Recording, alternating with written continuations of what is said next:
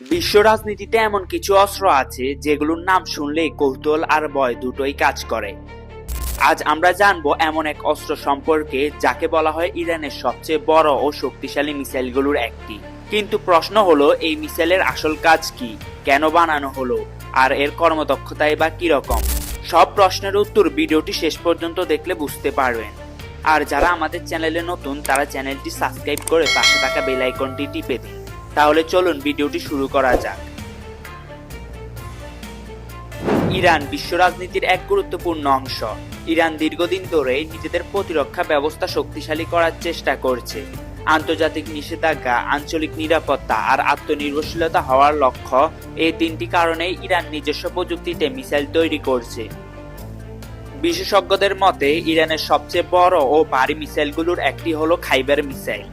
এই মিসাইলের বৈশিষ্ট্য হলো এটি আকারে বিশাল, বহন ক্ষমতা অনেক বেশি, আধুনিক ইঞ্জিন ও দেশীয় প্রযুক্তি ব্যবহার করা হয়েছে। তুলনামূলকভাবে কম সময়ে উৎক্ষেপণের জন্য ডিজাইন করা হয়েছে। ইরান দাবি করে এই মিসাইল তাদের প্রতিরক্ষা ব্যবস্থায় একটি গেম চেঞ্জার হিসেবে কাজ করে।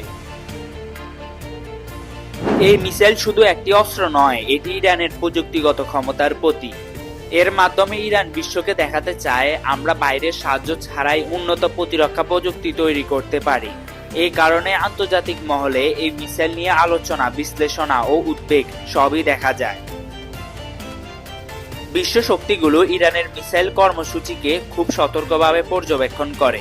অনেকে একে আঞ্চলিক স্থিতিশীলতার জন্য চ্যালেঞ্জ মনে করে। আবার কেউ কেউ বলেন এটি শুধু একটি রাজনৈতিক ও কৌশলগত বার্তা।